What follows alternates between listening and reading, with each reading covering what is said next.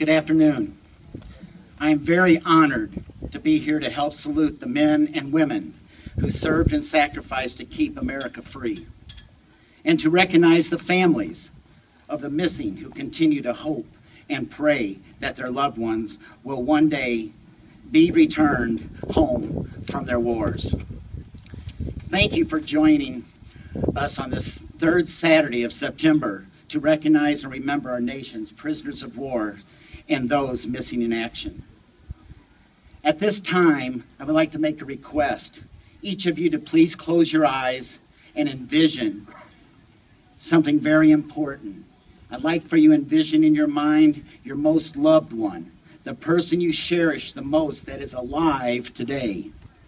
Visualize that person in your mind, their smile, feel their warmth, see their smile. Soak that in your mind. As you're thinking about that loved one, the doorbell is ringing. There's a knocking at the door. And you open it. Please open your eyes. You are told that that loved one is gone. They do not know where they are. You do not know where they are. No one knows where they are. The hours pass, the days pass, the weeks pass, the months, and the years pass, and you still do not know where that loved one is. It's tearing and wrenching your heart out. It's just tearing you up. And that is what our families of those that are missing in action live and have lived every minute of the day and every day, week, and year that they have lived since they lost their loved one. There is no closure for them. They've sacrificed a lot thinking of this every single day. You can be assured that your loved one that you were thinking one is alive. So have no worries. They are still here with you.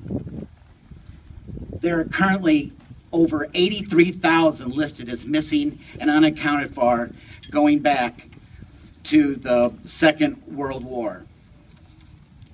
As of August 17th, 2013, we've been told that there are 73,661 American personnel still missing from World War II.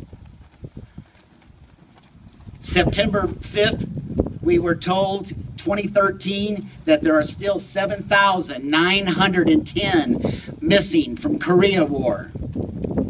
From Vietnam, on January 20th, we had some repatriated, but as of June 20th, 2013, we still have 1,645 American personnel still missing. The Cold War, a war that a lot of people just seems to not even realize was fought or even happened, we still are missing, as of July 10th of 2013, 126 Americans. On July 1st, 2009, Army soldier, now sergeant, he was a PFC, Bowie R. Bergdahl, 23, of Ketchum, Idaho, was declared missing and is now being held somewhere in Pakistan as a prisoner of war. He, along with possibly a couple more civilian operatives that was working in that part of the region in the world, may still be being held, but the only individual that we know for a fact that's being held still as a prisoner of war that is alive today is Sergeant Bergdahl. Do not forget about him, and please do not forget about his family. Recently accounted for, we'll be talking about that in just a second, but 83,000 Americans who have yet to return home from their wars. That number exceeds the population of how many small towns around here? Think about it. Washington, Union, so many New Haven, add them all together, and doubtfully will come to that many people. All of them are missing, and no one knows where they're at. It's a tragedy. Now add that to the number of surviving parents, brothers and sisters and sons and daughters and friends, and you have a huge population of over 1.5 million fellow Americans who continue to grieve in silence every day. My war ended a long time ago. Theirs sadly has not. These families go to sleep every night reliving that faithful telegram or knock on the door that informed them that their loved one was missing or had been taken prisoner. Many of our 140,000 former POWs continue to bear physical and emotional scars from the personal treatment that they received from the years of captivity during World War II, Korea, and Vietnam. Ladies and gentlemen, we cannot walk in their shoes, but we can reassure them that veterans organizations like the VFW and many others, and people just like yourself, will never rest until our nation has obtained the fullest possible accounting of all of our missing. Probably everybody here has known or has been told about someone or many of the personnel, men and women, that is on this wall.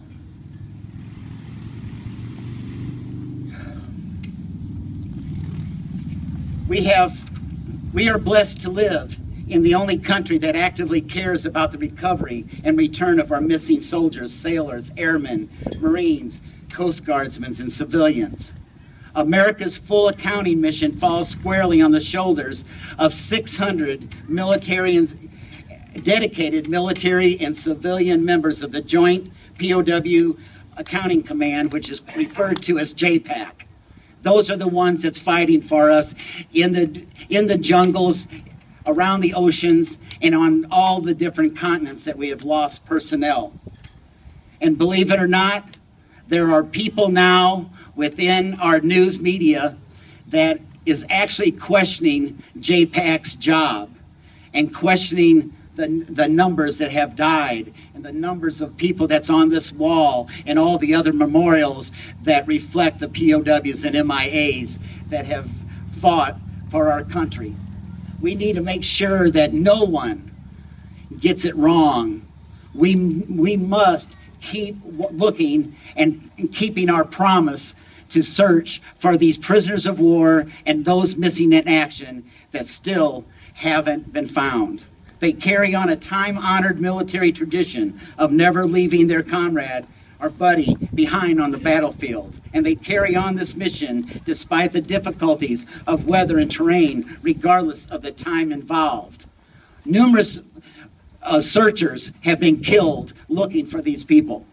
They carry on because they know that out there somewhere there is an American family who deserves to know what happened to loved ones they sent off to a war so many years ago. And they carry on this mission fully knowing that there but for the grace of God go I.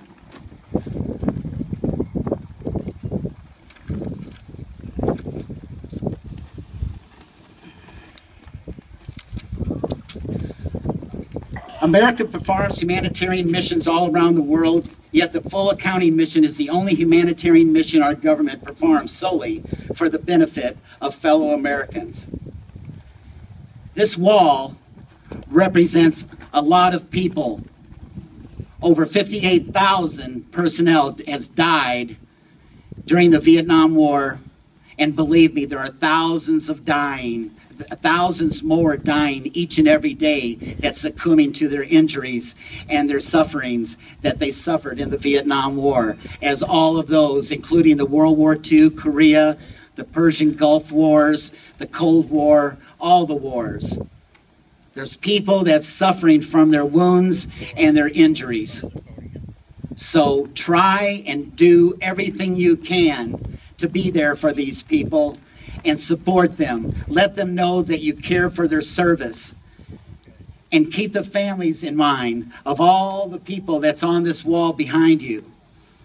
This wall travels around for a purpose, for a reason, so that nobody will ever forget that we lost this many peoples serving their country, trying to provide the freedom that all of us, especially today, get to sit here and stand here and not worry about a missile or a rocket or a mortar or some idiot planning a bomb to go off killing us because of all of our military people that stands watch for us today, as well as those that was standing watch, protecting us, but now have made the ultimate sacrifice for this country, as many others are going to in the future.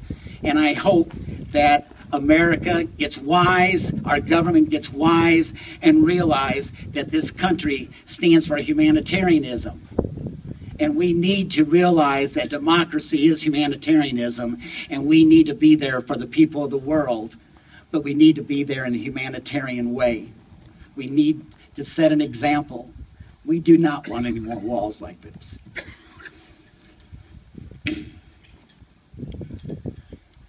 I can't tell you how many people I know on this wall. There's too many. And everybody here knows them, knows others that's on this wall. And it does touch all of us in different ways. I want you to know that we're going into every country. The VFW Commander-in-Chief, the Veterans of Foreign War Commander-in-Chief, is going into Russia, going into North Vietnam, and going into China to do one thing, to help find our missing in action and any others that may be held as prisoner of war. And many organizations is trying to do the same thing.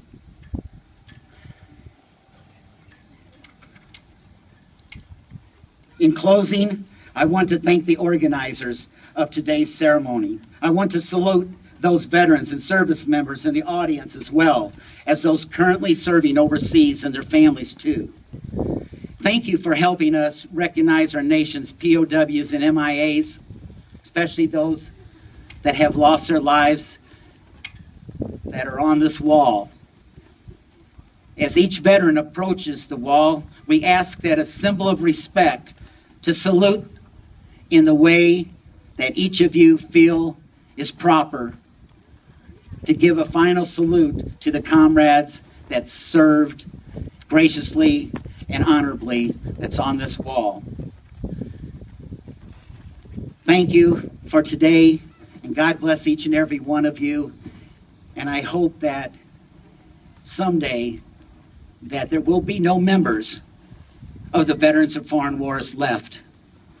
I know that sounds strange, but I hope that day comes, because that will mean that there are no more wars in foreign countries or on our own soil, that we finally learn to live the way God meant us to live, together in harmony. God bless you all. Thank you.